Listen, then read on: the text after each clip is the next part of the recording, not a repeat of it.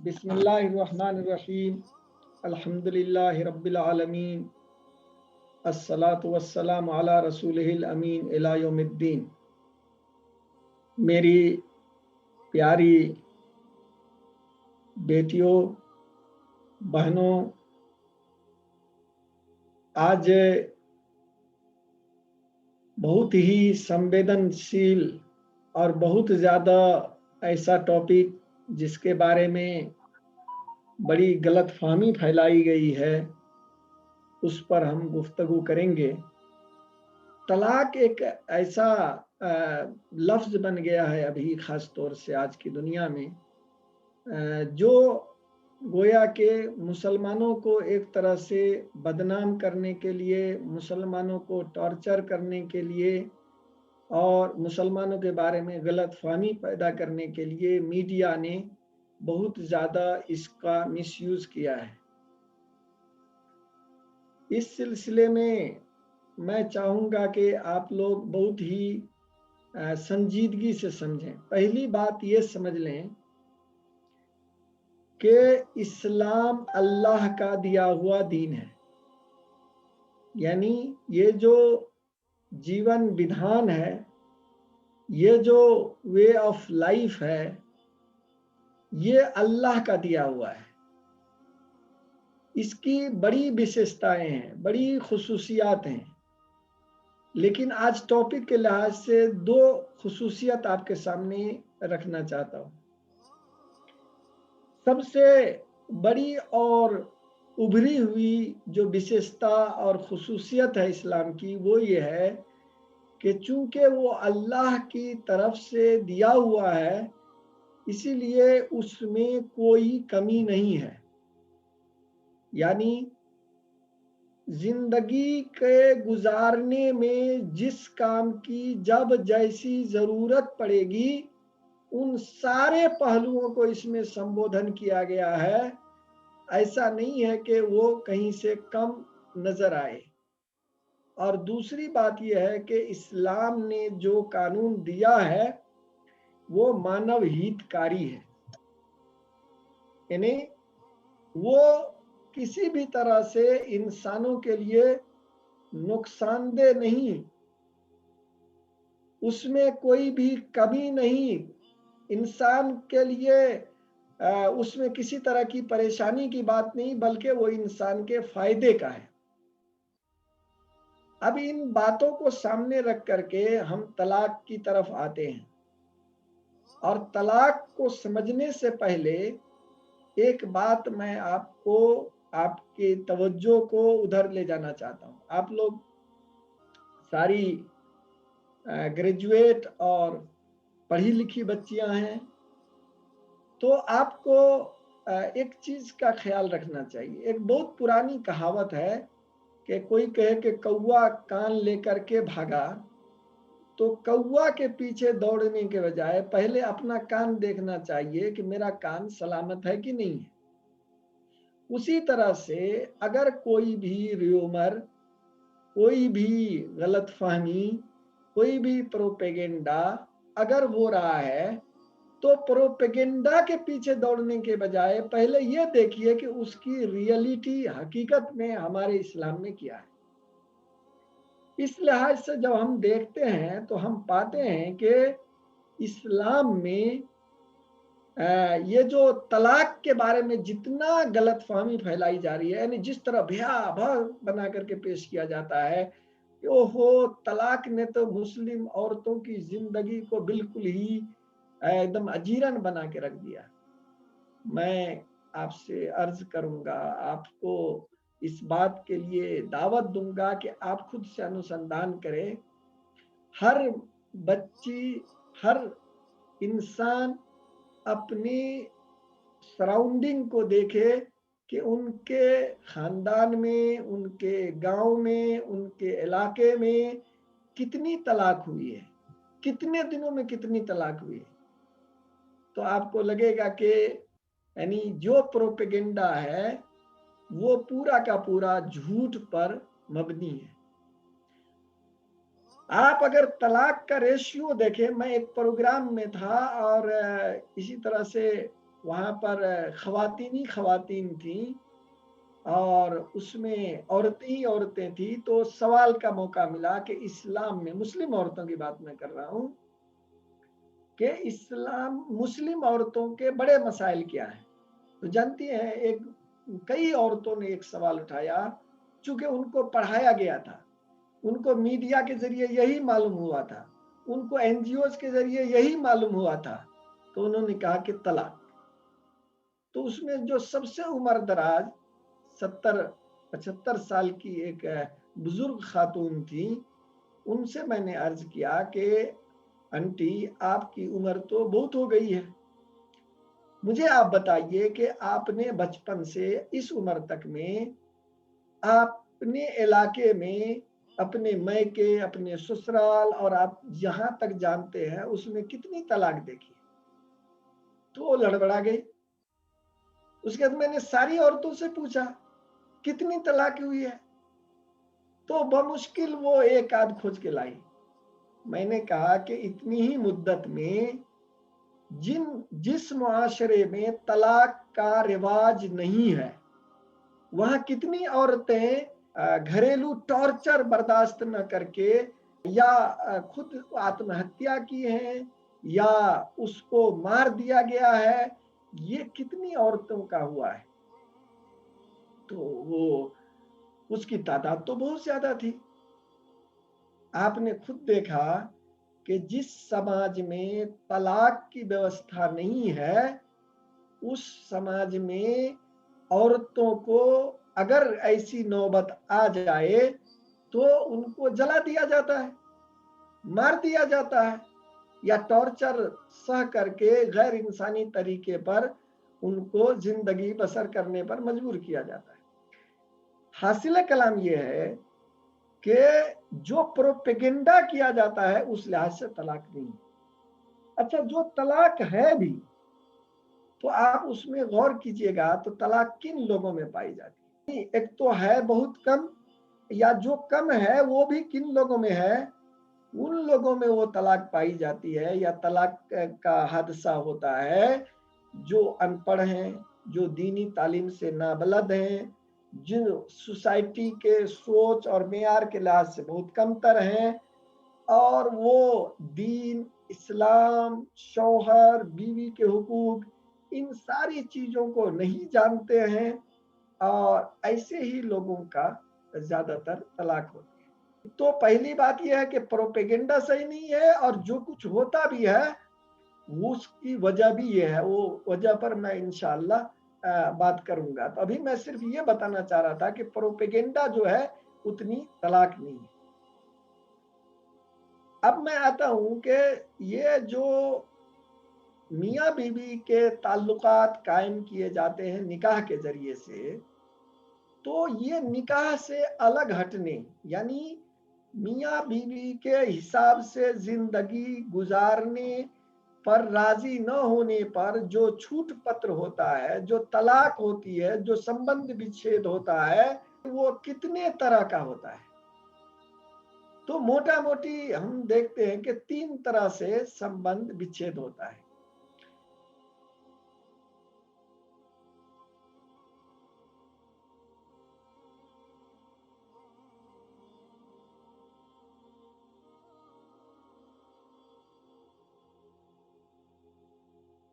एक है जो मर्द औरत को तलाक देता है, जिसकी तफसील आपको मैं आगे बताऊंगा। दूसरा है कि अगर औरत किसी वजह से अपने शौहर के साथ न रहना चाहे, उसके लिए उनके साथ रहते हुए अपने दीन, ईमान, अखलाक का बचाना नामुमकिन हो, वो उनके साथ रह करके अपनी इस्लाम और अल्लाह के कानून के मुताबिक जिंदगी गुजारना उसके लिए असंभव हो, तो औरत जो है तलाक के लिए या संबंध विच्छेद के लिए पहल करेगी, जिसको खुला कहते हैं इस्लामी इस्तिलाह में। तो खुला का तरीका यह है कि औरत अपना मसला ले जाकर के काजी के पास अदालत में रखेगी, और काजी उसके छानबीन करेगा, उस बीच में वो कोशिश करेगा कि वो संबंध को सुधारा जाए। अगर किसी तरह भी मुमकिन नहीं हुआ तो फिर वो जो है खुला करा देगा, और ये जो खुला के जरिए जो संबंध विच्छेद होगा वो फिर हमेशा के लिए हो जाएगा। वो दोनों मियाँ बीवी आपस में नहीं मिल सकते। खुला में जो औरत लेके जाती है उसकी एक दो मिसाल मैं नबी सल्लल्लाहु अलैहि वसल्लम और सहाबा के दौर से देना चाहता हूँ। एक खातून अल्लाह के रसूल सल्लल्लाहु अलैहि वसल्लम के पास आई और उन्होंने कहा कि अल्लाह के रसूल सल्लल्लाहु अलैहि वसल्लम, मेरे शौहर के दीन ईमान पर मुझे किसी तरह का कलाम नहीं है, यानी मुझे कोई एतराज नहीं है कि वो ईमान और दीन में कोई कम है, लेकिन वो देखिए आ रहे हैं, वो सबसे नाटे कद के हैं, सबसे बदसूरत हैं, और मेरा सर और उसका सर कोई चीज जोड़ नहीं सकती है। तो अल्लाह के रसूल सल्लल्लाहु अलैहि वसल्लम ने फरमाया कि तुमको जो महर में उन्होंने जो दिया था वो बाग, क्या तुम वो उसको वापस कर सकती हो? तो उन्होंने कहा कि अगर वो ही नहीं, अगर एक और ले ले तो मैं वो भी दे सकती हूँ। तो अल्लाह के रसूल सल्लल्लाहु अलैहि वसल्लम ने उनके शौहर को बुलाया और उनसे कहा कि तुम अपनी बीवी को तलाक दे दो, और अल्लाह के रसूल सल्लल्लाहु अलैहि वसल्लम ने फरमाया कि सिर्फ वो एक बाग जो है वो उनको वापस कर दिया जाए। तो इस तरह से वो खुला हो गया।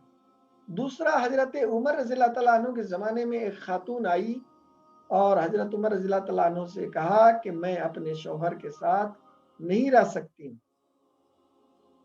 तो हजरत उमर रज़ियल्लाहु तआला अन्हु ने उनको एक जो कूड़ा कबाड़ रखने की जगह होता उस रूम में बंद कर दिया, और उसको एक दिन, 2 दिन, 3 दिन बंद करने के बाद उससे कहा कि अब तुम क्या कर रही हो? कहा कि ये जो रातें मैंने इस कबाड़ घर में गुजारी है वो मेरे लिए ज्यादा सुकून की थी जो मैं अपने शौहर के साथ गुजारती थी।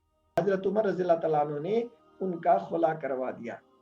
तो ये देखिए कि ये प्रोपेगेंडा किया जाता है कि तलाक सिर्फ मर्दों का हक है, औरतों को नहीं है, जबकि इस्लाम ने औरत को भी अगर ऐसी नौबत आ जाए तो खुला कराने का पूरा पूरा इख्तियार दिया है, और औरत अपना संबंध विच्छेद करा सकती है। ये तीसरा तरीका ये है लिआन। लिआन ये है कि शौहर बीवी के ऊपर ये इल्जाम लगाए कि इसने जिना का काम किया है और जिना किया है, और उनके पास अपने अलावा कोई गवाह न हो, और वो दोनों और बीवी उससे इनकार करे और दोनों अपनी अपनी बात पर कायम हो, तो उसमें दोनों को बुला करके अदालत में बयान लिया जाएगा, और अगर दोनों को समझाया जाएगा, अपनी गलती जिसकी हो उसको मानने के लिए कहा जाएगा, लेकिन दोनों अपनी बात पर कायम रहें, तो फिर ये कहा जाएगा शौहर से कि वो 3 बार कसम खा के कहे कि वो अपनी बात में सच्चा है, और चौथी बार कसम खा के कहे कि अगर वो झूठा है तो अल्लाह की लानत उसके ऊपर हो। कुरान में बाज़ाब्ता उसकी आयत मौजूद हैं, आप उनको देख सकती हैं। उसी तरह से औरत को 3 बार वही कसम दी जाएगी, और वो कहेगी कि उसका शौहर झूठा है, और चौथी बार वो कहेगी कि अगर वो सच्चा है तो अल्लाह की लानत उनके ऊपर हो, और उसके बाद दोनों में ताल्लुकात जो है मियाँ बीवी के वो खत्म कर दिए जाए। और एक तरीका जो मैंने पहले बताया वो शौहर को दिया गया है, वो तलाक दे। एक बात यहाँ आप लोग ये समझ लीजिए कि दुनिया में कोई भी दस्तूर, कोई भी संविधान, कोई भी कानून आप खोल के देख लीजिए, सारे कानून में संबंध विच्छेद का कानून रखा गया है, यानी संबंध विच्छेद कैसे किया जाए उसका सिस्टम रखा गया है। क्योंकि अगर संबंध जुड़ सकता है तो ऐसी नौबत आ सकती है कि संबंध विच्छेद भी हो। वो दस्तूर, वो संविधान, वो कॉन्स्टिट्यूशन अधूरा होगा जिसमें संबंध विच्छेद का कानून न रखा गया। और हम जानते हैं कि इस्लाम एक पूर्ण जीवन व्यवस्था है, इसीलिए संबंध विच्छेद का कानून न हो तो ये सवाल उठ सकता है। और जिस धर्म में या जिस सोसाइटी में या जिस कानून में संबंध विच्छेद का नियम नहीं है, ये उसका अपूर्ण होने की दलील है, न कि ये उसकी खूबसूरती या उसकी ब्यूटी है। अलबत्ता संबंध विच्छेद के सिलसिले में 3 तरह के अभी जो रिवाज चल रहा है दुनिया में। एक है यूरोप और अमेरिका, ये जो मगरिबी तहजीब है, उनके यहाँ तो निकाह और तलाक एक तरह से मजाक ही है। ऐसे केसेस भी आते हैं कि निकाह हुआ, शादी हुई और मियाँ बीवी अपने घर रूम तक भी नहीं पहुंचे कि दोनों का संबंध विच्छेद हो गया। यानी एक तरह का खेल ही बना दिया गया है इसको।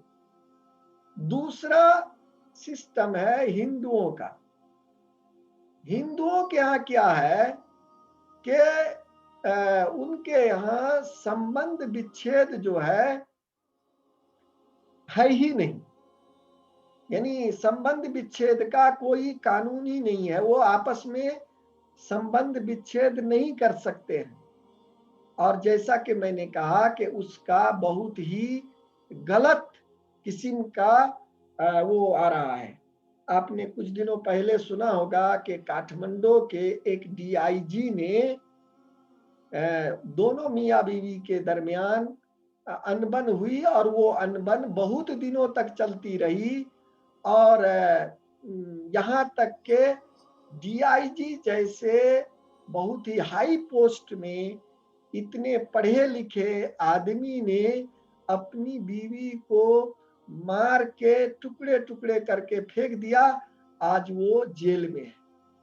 खुद उनकी सास ने ये कहा कि मेरी बेटी जो है वो कह रही थी कि मेरा संबंध विच्छेद करवा दीजिए, मुझे अलग हो जाने दीजिए, लेकिन चूंकि हिंदू परंपरा में संबंध विच्छेद का नियम न होने की वजह से वो मानसिकली उसके लिए तैयार नहीं हुई और उसको जो है क्या हुआ कि मौत, और वो भी दर्दनाक मौत जो है मरना पड़ा। एक अभी कुछ दिनों पहले एक माओवादी का नेता ये लुम्बिनी के इलाके में, आपको मालूम है कि खुद उसकी बीवी ने गुंडा या कातिल अरेंज करके अपने शौहर को मरवा दिया, गोली मारे। और वो क्या कहते हैं कि तो ये जो मारने का प्रयास किया या गोली मरवाई, अगर वहां पे दोनों की जिंदगी आपस में गुजारना नामुमकिन था तो उसको अलग हो जाना अच्छा था, बजाय इसके के वो शौहर बीवी को मार दे या बीवी शौहर को मरवा दे। ऐसे वाकयात कई जगह पर हम लोगों ने सुने हैं। अब आइए तलाक। ये जो तलाक है, ये तलाक है क्या? ऐसे पेश किया जाता है कि लगता हो कि तलाक कोई उपासना हो, इबादत हो, बड़ी अच्छी चीज हो, यानी इसका हुक्म दिया गया हो, अच्छा करने पर बड़ा अच्छा होता हो। ऐसा नहीं है। न ही ये क्या है, जैसे आप उसकी मिसाल यूं समझ लीजिए कि एक आदमी को कैंसर हो गया या एक आदमी के किसी अंग को, कोई भी अंग उस लेवल पर पहुंच गया हो कि अगर उसको न काटे तो वहां का जहर पूरी जिस्म में फैल करके मौत का सबब बन सकता है।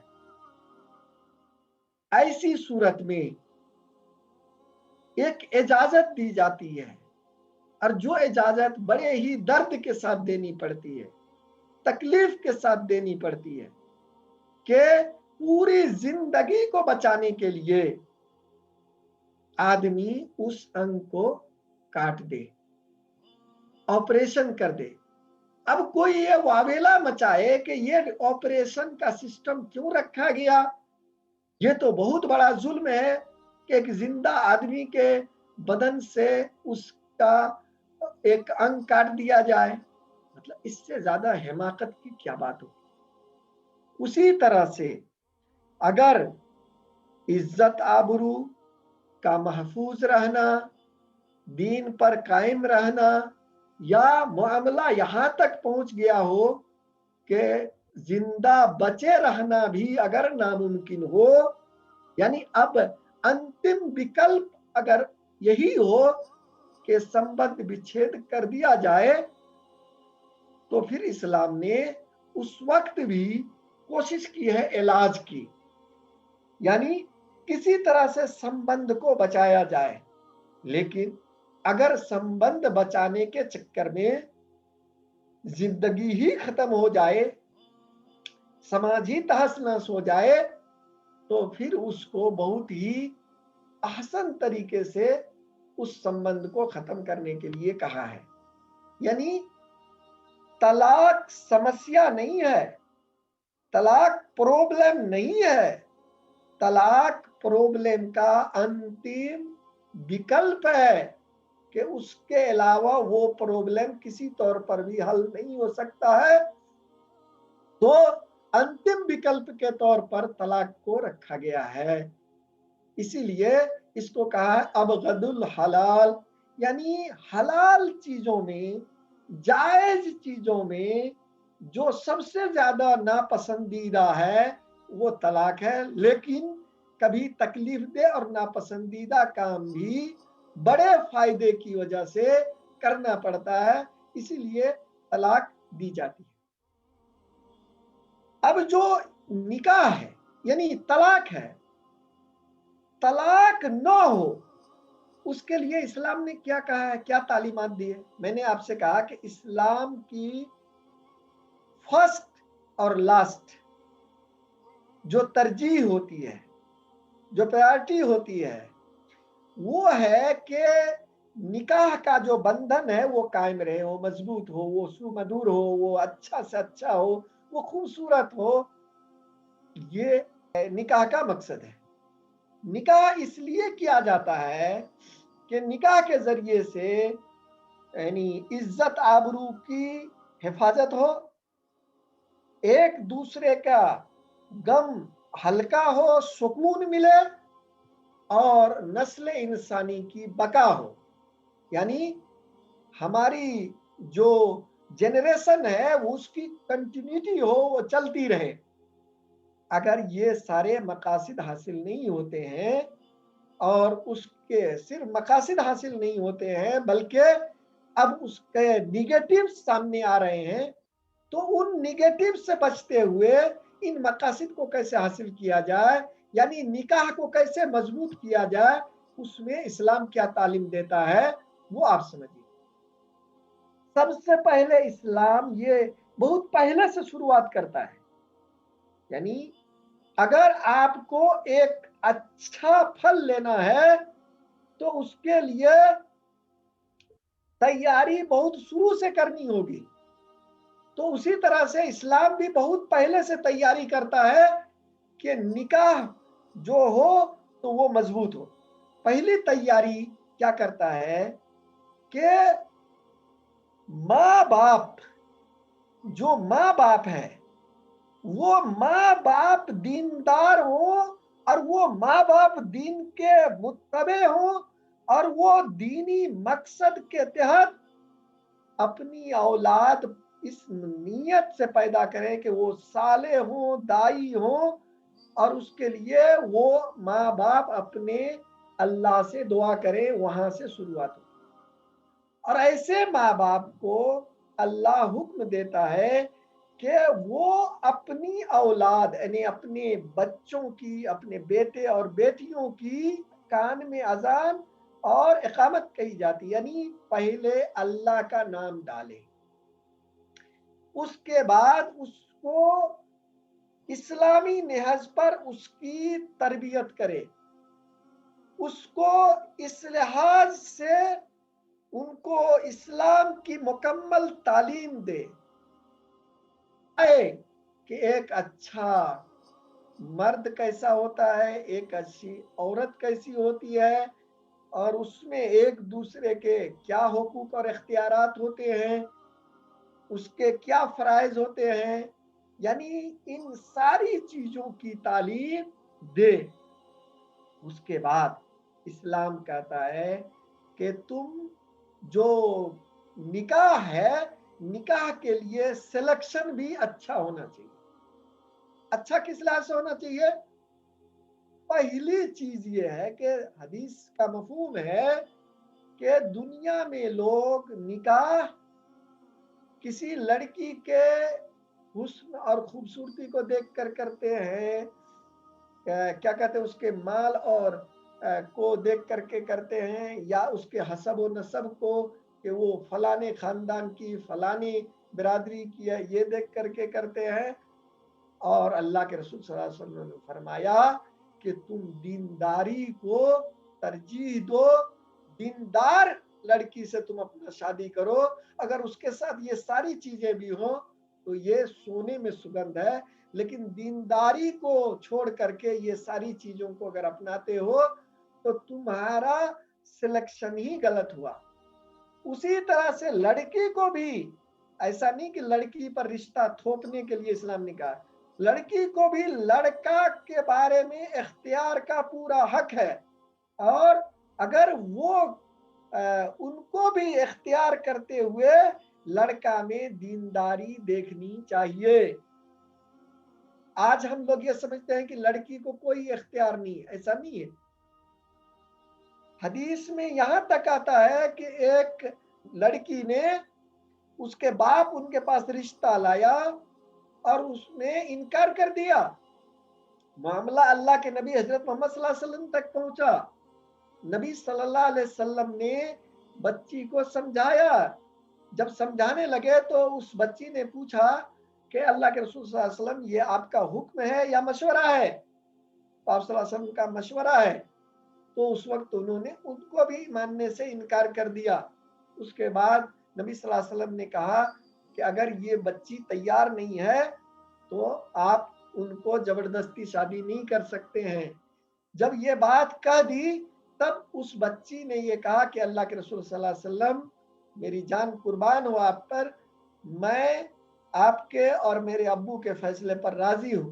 پھر اس سے پوچھا کہ تم نے پہلے کیوں انکار کیا؟ تو اس نے کہا کہ اللہ کے رسول صلی اللہ علیہ وسلم میں دنیا کی ہر لڑکی کو یہ میسج دینا چاہتی تھی کہ نکاح میں شوہر کے سلیکشن کا تم کو اسلام نے حق دیا ہے، اس میں کوئی بھی تمہارے حق کا ہنن نہیں کر سکتا ہے۔ تو یہ جو سلیکشن ہے یہ بہت اہمیت رکھتا ہے۔ اگر آپ ببول کا پیڑ لگائیں گی اور آم کھانا چاہیں گی تو اس سے زیادہ آپ کے لیے کون سی چیز مذاقہ خیز ہے، کون سی نہایت احمقانہ بات ہے؟ ببول کے پیڑ سے تو کانٹا نکلتا ہے۔ آج شادی کے لیے معیار کیا ہے؟ ہم یہ نہیں دیکھتے ہیں کہیں بھی۔ ابھی ہمارے یہاں جو قطر اور یہ دبئی اور کہاں کہاں جانے کا رواج ہوا ہے اور وہاں سے پیسہ کما کے بڑی بڑی بلڈنگیں، تو اب ایک ہی معیار ہے کہ قطر میں اس کا اخلاق کیسا ہے، وہ دین پر کتنا عامل ہے، اس کا گھرانہ کیسا ہے، رہن سہن کیسا، کچھ بھی نہیں دیکھنا ہے۔ تو آپ نے جس چیز کو ترجیح دی ہے وہ تو ختم ہونے والی ہے، تو پھر اس کے بعد اگر وہ بدبخت لڑکا کسی اور لڑکی کے چکر میں پڑ کر کے یا کوئی اور مانسکلی وہ ہو کر کے کل اسی دھن دولت کے معاملے میں پڑ کر کے کوئی بھی وجہ سے آپ کو اگر طلاق دے دیتا ہے تو پھر آپ واویلا کیوں مچاتی ہیں؟ یعنی آپ نے لگایا تھا ببول کا پیڑ، آم نہیں ملا تو چلانے کی کیا ضرورت ہے؟ اپنی سلیکشن پر دھیان دیجیے، اور جب سلیکشن صحیح ہونے لگے گا تو لڑکیاں بھی اسلام کی فالوور ہوں گی، زیادہ پابندی کریں گی، کیونکہ ان کو معلوم ہوگا کہ اچھی شادیاں اچھے اس کے لیے ایک اسلامی اور دینی لڑکیاں ہی पसंद की जाती हैं, उसी तरह लड़के भी फॉलोवर होंगे, और जब वो इस्लाम के फॉलोवर होंगे तो कभी भी वहां तलाक की नौबत नहीं आएगी। तो ये है सिलेक्शन। उसी के साथ साथ एक चीज और क्या इस्लाम ने कहा कि तुम भी जब निकाह हो जाए, अब सिलेक्शन हो गया, निकाह हो गया, तो निकाह के बाद बीवी अपनी ड्यूटीज को ज्यादा याद रखे। यानी एक बीवी की हैसियत से एक लड़की की क्या क्या ड्यूटी है उनको याद रखे। एक शौहर को कैसे वो खुश रख सकती है उसको याद रखे, और अपने हुकूक के मामले में अफ़्व दरगुजर से काम ले। उसी तरह से लड़का, एक शौहर, वो भी अपनी ड्यूटी को ज्यादा याद रखे कि एक शौहर की हैसियत से बीवी के साथ कैसे पेश आना चाहिए, क्या क्या कि बीवी की गलतियों को माफ करो, उसके अंदर कोई कमी हो तो उसको नजरअंदाज करो और उसकी अच्छाइयां खोजो, तो वो सारा कुछ वो करे।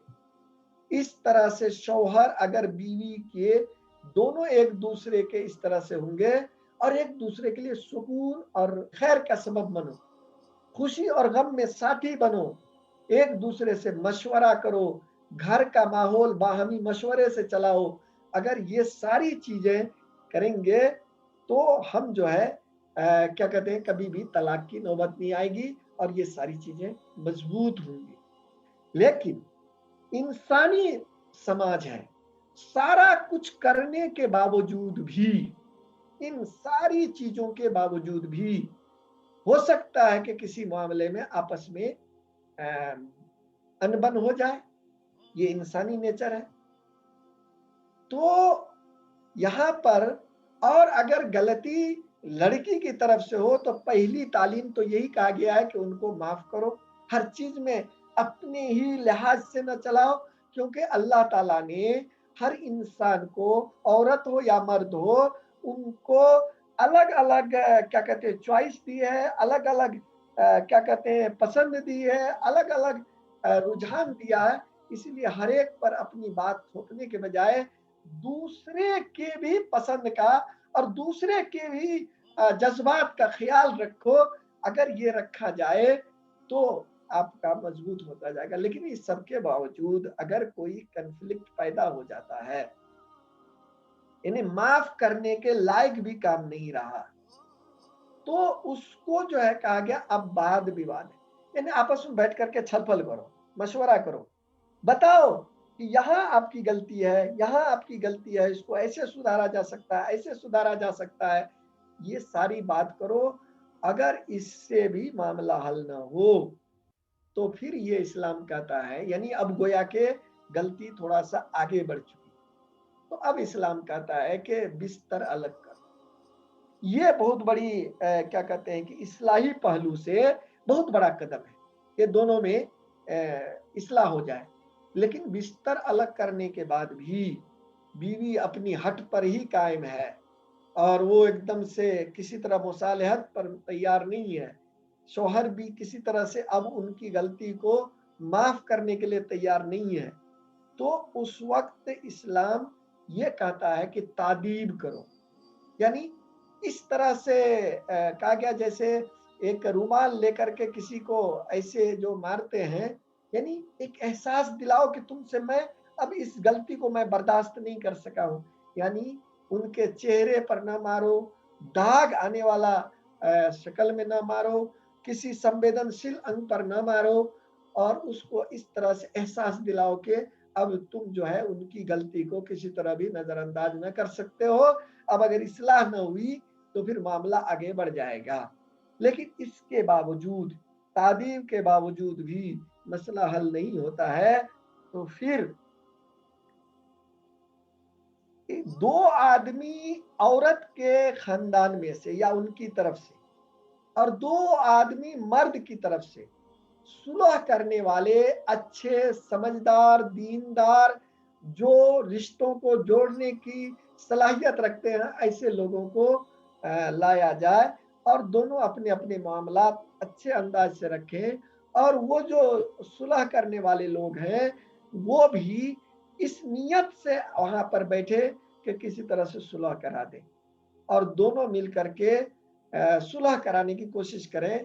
तो अल्लाह ताला कहता है कि ऐसे वक्त में ज्यादा इम्कान है कि आपस में मामला हल हो जाएगा, तो इस तरह से आपस में सुलह हो जाएगी। लेकिन इस आखिरी कोशिश के बाद भी अब सुलह नहीं हुई, तो इस्लाम अब कहता है कि अब इसके बाद अब मामलात को अगर लिपापोती के जरिए, कानून के जरिए, फोर्स के जरिए, ताकत के जरिए, डरावे के जरिए किसी तरह से भी अगर दबाने की कोशिश की गई तो वो विकराल रूप लेगा, यानी एक दूसरे के लिए अब जो जिंदगी है वो अजीरन हो जाएगी, और अब जिंदगी जो है शायद दोनों में से कोई या तो आत्महत्या कर लेगा या एक दूसरे का कत्ल कर देगा, या अगर जिंदा भी रहेगा तो बहुत ही घुट घुट करके, और बहुत ही अजीब जिंदगी होगी, और वो घर एक जहन्नम कदा बना रहेगा, और जिससे नस्ल जो आगे बढ़ेगी वो नस्ल भी एक तरह से समाज को बिगाड़ने और बीमार करने वाली नस्ल होगी। तब कह रहा है इस्लाम के तुहर की हालत में एक तलाक दे दो, एक तलाक। हमारे यहाँ क्या गलतफहमी है, तलाक तलाक तलाक नहीं, तुहर की हालत में, यानी जब बीवी निफास में न हो, जब बीवी को माहवारी ना आई हुई हो, हैज ना आ रहा हो, उस हालत में एक तलाक दे दो। और एक तलाक देने के बाद 3 महीने तक अपने ही घर में रखो, उनका खाना कपड़ा और जरूरियात दो। अगर इस 3 महीने के बीच में आपस में सुलह हो जाती है तो सुलह कर लो, ये सबसे अच्छा। यानी 3 महीने के अंदर अगर दोनों आपस में मिल गए तो कोई निकाह उकाह की जरूरत नहीं है, एक ही तलाक दिया है और 3 महीने के अंदर आपस में मिल गए हैं, तो बिला किसी निकाह वगैरह के वो फिर मियाँ बीवी बन करके रहेंगे। लेकिन अगर उसने एक तोहर में एक तलाक दी और दूसरे तोहर में दूसरी तलाक दे दी,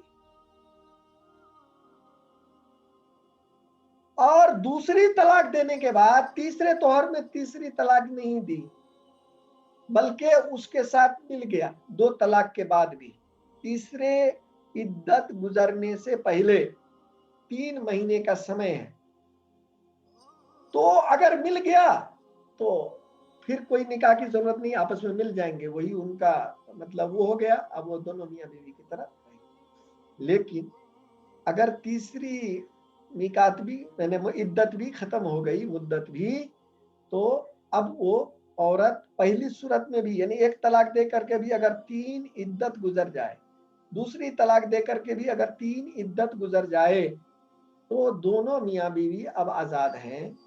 बीवी चाहे तो किसी से भी जिससे वो मुनासिब समझती है अपना निकाह कर सकती है। लेकिन अगर उसने किसी से निकाह ना किया और तलाक 1 या 2 ही हुई थी और इद्दत गुजर गई थी, उसके बाद तलाक बीवी ने किसी से निकाह नहीं किया, और चाहे 1 साल 2 साल 3 साल भी जितने साल भी गुजर गए हों, उसके बाद अगर दोनों मियाँ बीवी में मुफाहिमत हो जाए, आपस में मिल के रहने का सिचुएशन बन जाए, तो अब चूंकि 3 महीने या 3 इद्दत गुजर चुकी है, तो अब ऐसे ही नहीं मिल सकते हैं। उसका तरीका यह है कि आप दोनों नए निकाह के साथ फिर से निकाह पढ़ाइए और आपस में मिल जाइए, इस्लाम ने ये कहा। लेकिन अगर पहले तोहर में 1, दूसरे तोहर में 1 और तीसरे तोहर में 1, यानी 1 2 3 तोहर में 3 तलाकें हो गई हैं, तो अब वो दोनों मियाँ बीवी आपस में निकाह नहीं कर सकते हैं। आपस में नहीं मिल सकते हैं, अब दोनों आजाद हैं, बीवी चाहे तो जहां पर भी मुनासिब हो वो शादी कर ले।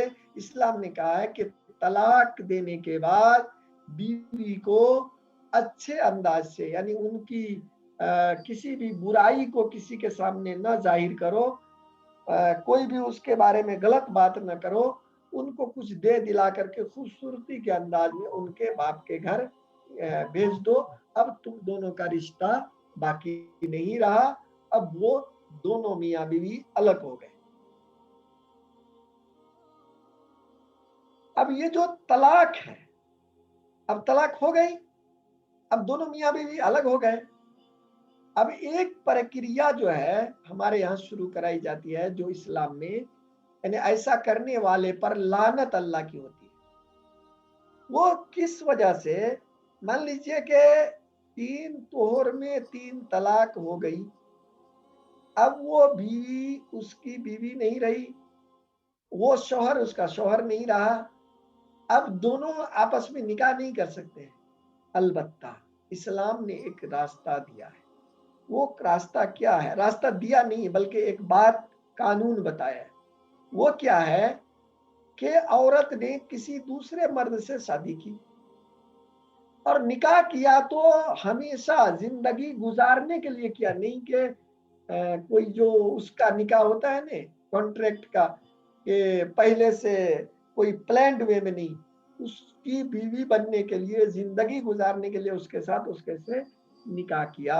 जैसे पहली कोई भी औरत दूसरे, कोई भी औरत मर्द से और कोई मर्द औरत से शादी करता है जिंदगी गुजारने के लिए, यानी मियाँ बीवी बन करके, उस तरह निकाह किया। भाई दिवे उस शौहर का अगर इंतकाल हो गया या सुए इत्तेफाक उस शौहर ने भी इनको उसी तरह से 3 तलाकें दे दी, तो अब वो औरत फिर किसी भी मर्द से शादी कर सकती है, तो अपने पहले शौहर से भी शादी कर सकती है। अब इसी को बहाना बना करके हमारे समाज में एक बहुत ही मलऊन रस्म शुरू की गई है, जिसको हलाला कहते हैं, कि आदमी अरेंज करता है, यानी एक प्रोग्राम प्लानिंग करता है, एक आदमी को तैयार करता है, उसको पैसे देता है और कहता है कि मेरी बीवी से निकाह कर लो, और यानी अब उसकी बीवी तो रही नहीं, उसकी मुतल्लका से निकाह कर लो और तुम एक रात गुजारने के बाद उसको तलाक दे दो और इद्दत गुजरने के बाद हम शादी कर लेंगे। ऐसा करना इस्लाम में जुर्म है, ऐसा करने वाले पर अल्लाह की लानत होती है, ऐसा करने वाले को सांड कहा गया है।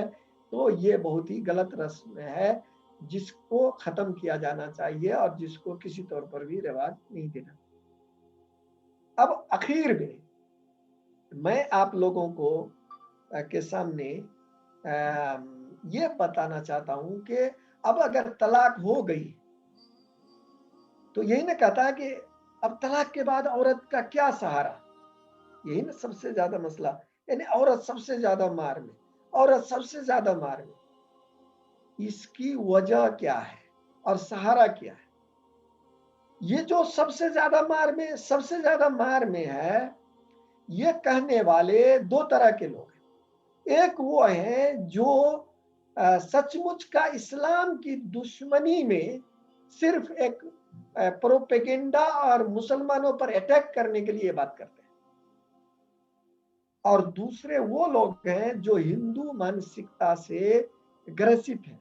हिंदू मानसिकता से ग्रसित का मतलब ये हुआ कि हिंदुओं के यहाँ ये बात है कि एक बार अगर शादी हो गई, अब उस औरत का अगर शौहर मर जाए, और ऐसा हुआ है कि शादी करके बारात आ रही थी, रास्ते ही में एक्सीडेंट हुआ या कुछ हुआ और शौहर मर गए, मर जाए, और तलाक का तो उनके यहाँ रिवाज ही नहीं है। किसी वजह से औरत अगर शौहर विहीन हो जाती है निकाह के बाद, शादी के बाद, तो अब दोबारा शादी उनके यहाँ ममनू है। इसीलिए वो जो औरत होती है विधवा जिसको कहते हैं, आप देखेंगे कि वो बड़ी दयनीय अवस्था में, अगर वो अपने शौहर के घर में है तो कोई उसको एक्सेप्ट करने के लिए तैयार नहीं। अगर बाप के घर में है और अगर बाप सुबह सुबह घर से बाहर निकला या भाई निकला और अगर उस विधवा के चेहरे पर नजर पड़ गई तो वो कहता आज का दिन खराब हो गया, उसको मलेच और पता नहीं क्या क्या अभागन कहा जाता है।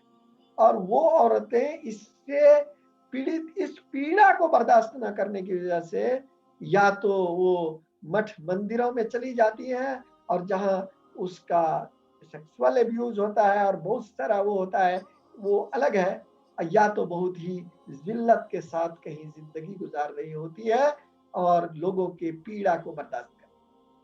ऐसे लोग जो सेकंड यानी एक शादी के बाद अगर किसी वजह से औरत अलग हो जाए, औरत मर्द से अलग हो जाती है या औरत मर्द के बगैर हो जाती है तो उनकी शादी ही ममनू है। उन लोग अपनी इस गलत रिवाज को न खत्म करके वो इसी पर सवाल उठाते कि अब क्या होगा। इस्लाम ने विधवा का, यानी विधवा तो क्या कहता है, बेवा का निकाह को मना नहीं किया है बल्कि प्रोत्साहन दिया है कि विधवा के साथ। अल्लाह के रसूल सल्लल्लाहु अलैहि वसल्लम ने पहली शादी और बल्कि एक बीवी के अलावा तकरीबन शादियां बेवाओं ही के साथ की, यानी शौहर दीदा औरतों के साथ की। तो यहाँ पर इस्लाम में ये मसला ही नहीं है जो मसला उसको बना के पेश किया। पहला मसला, पहली बात, सोल्यूशन तो ये है कि वो औरत किसी भी मुनासिब मर्द से जो उसके साथ जीवन साथी की हैसियत से जिंदगी गुजार सकता हो उससे निकाह कर ले। ये पहली तरजीह है जो औरत को करना चाहिए, ठीक है। लेकिन अगर कोई औरत शादी नहीं करना चाहती है तो इस्लाम उसको जबरदस्ती शादी करने पर मजबूर नहीं करता है। तो अब उसका मसले का हल क्या है? मैं एक बात पूछना चाहता हूं, इस्लाम का हल मैं बाद में दूंगा। आज का मॉडर्न समाज, सो कोल्ड मॉडर्न, वो मॉडर्न तो है नहीं, वो असलन इंसानों का क्या कहते हैं कि दुश्मन समाज, वो इंसानों को इंसान की नजर से न देखने वाला समाज, उनके यहाँ, आप उनके यहाँ देखिए तो वो क्या कहते थे या क्या कहते हैं, भाई औरत और मर्द में कोई फर्क नहीं है ना, औरत हर काम की क्षमता रखती है, औरत मर्द ही की तरह सारा काम कर सकती है, औरत सेल्फ डिपेंड होगी। इस्लाम भी सेल्फ डिपेंड बनाता है, मैं उस तरह आऊंगा, लेकिन ये सेल्फ डिपेंड दूसरे तौर का वो चाहते हैं, यानी वो जो उनका सुरक्षा कवच है उसको वो तोड़ने वाली बात करते हैं। ये सारी बात कहने वाले लोग डाइवर्स के बाद, तलाक के बाद क्यों इतना परेशान होती है? औरत क्यों करती है, क्या करेगी? भाई मर्द क्या करेगा? अगर दोनों की बराबर क्षमता थी, दोनों बराबर आय अर्जन कर सकते थे, दोनों अपॉर्चुनिटी बराबर है, तो जैसे शौहर के लिए तलाक के बाद कोई मसला नहीं, बीवी के लिए भी नहीं होना चाहिए उनके यहाँ। तो ये जो डुअल पॉलिसी है कि एक ही चीज पहले करना और एक ही चीज बाद में करना, ये असलन ये इस समाज की सबसे बड़ी कमजोरी है जिसको हम हमारी बेटियों को, बहनों को समझना चाहिए। वो आपको सेल्फ डिपेंड और आजाद नहीं करना चाहते, आपको जो आपका तहफ्फुज है और इज्जत आबरू का जो एक पाकीज़ा कॉन्सेप्ट है उससे निकाल करके आपको एक तरह से बाजार की बिकने वाली सामान बनाना चाहते। इसलिए तो परेशान है कि अब औरत क्या करेगी। चलिए, उनके यहाँ कोई हल नहीं है, इस्लाम ने हल दिया है। पहला हल तो मैं बता चुका कि अगर वो चाहे तो निकाह कर ले, लेकिन अगर उसके निकाह की उम्र नहीं है या वो निकाह नहीं करना चाहती है तो इस्लाम ने उनको डिपेंड भी बनाया है। कैसे डिपेंड बनाया है? इस्लाम ने उनको, जब वो निकाह करती है तो उस वक्त एक रकम शौहर देता है जिसको महर कहते हैं। उस महर की रकम को वो अपने बिजनेस में लगा करके अपनी आय अर्जन कर सकती हैं, और जिस पर किसी का अधिकार उनकी जिंदगी में नहीं है। अगर शौहर भी लेगा तो वो कर्ज के तौर पर ले सकता है, या वो चाहे तो उनको क्या गिफ्ट कर सकती हैं, ये बीवी को है। तो एक वो रकम है जिससे उसको आय अर्जन, यानी जो मुसीबत है, मुश्किल हालात हैं, उससे निकलने का एक हल उसको मिल जाएगा। दूसरा, अगर बाप या माँ का इंतकाल हो गया है तो उनकी प्रॉपर्टी से जैसे भाइयों को हक मिला था उनको भी मिला है, और अगर वो मालियात ले लेती हैं तो उनके पास इतना माल होगा कि उसको किसी के ऊपर डिपेंड नहीं होना पड़ेगा। तो वो दूसरा हल इस्लाम जो है ये पेश करता है। तीसरा ये कि वो अगर इस्लामी दायरा में रहते हुए तिजारत कर रही हैं या कोई जॉब कर रही हैं तो वो उसको कंटिन्यू करेंगी, और उन पैसों से वो अपना इज्जत के साथ गुजारा कर सकती हैं, जिसमें किसी को भी कोई वो नहीं है। अगर ये सब कुछ भी ना हो तो क्या करेगी? तो जैसे पहले बाप के ऊपर जिम्मेदारी थी बेटी की, वैसे ही बाप उसकी किफालत करेगा। बाप नहीं होगा तो भाई किफालत करेगा। अगर उसके पास बेटा है तो बेटा के ऊपर जिम्मेदारी है कि वो मां की किफालत करे।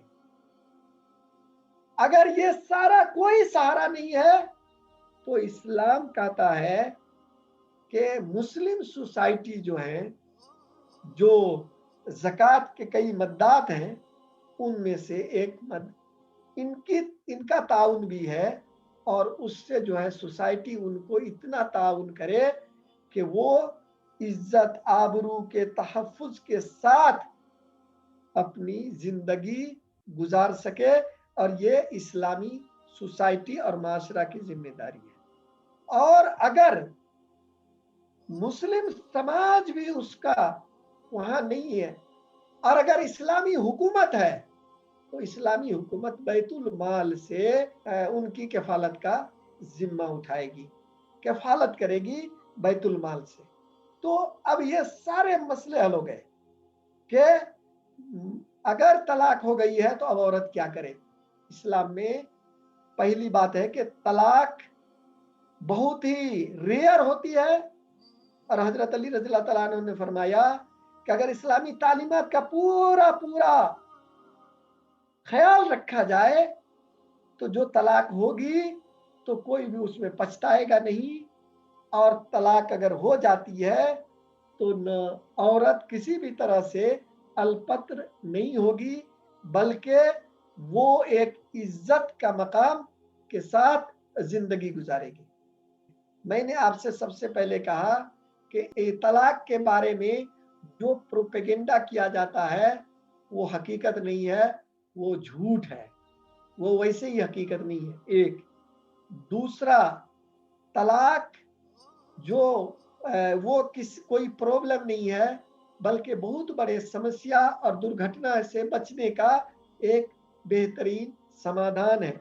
तीसरा, इस्लाम में जो तलाक का तरीका है वो सबसे ज्यादा मुनासिब और काबिले अमल है। और चौथा, इस्लाम में ने तलाक न हो उसके लिए पूरी पूरी तालीमात दी है कि आपस में तलाक न हो।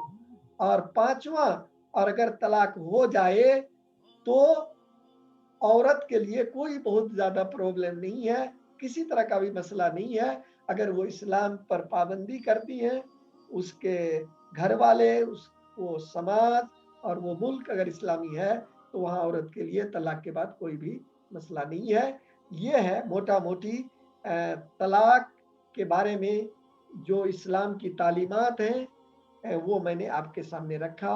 अल्लाह ताला से दुआ है कि अल्लाह हमारे समाज को एक इस्लामी समाज बना दे, हमारे घरों को इस्लामी घर बना दे। اور ہمارے ہر مرد اور عورت اسلام کی مکمل تعلیمات کی پیروی کرے، اس کی توفیق عطا فرمائے، اور ہمیں اسلام کی جو عظیم نعمت ہے اس کی قدر کرنے کی توفیق عطا فرمائے۔ آمین۔ وآخر دعوانا الحمدللہ۔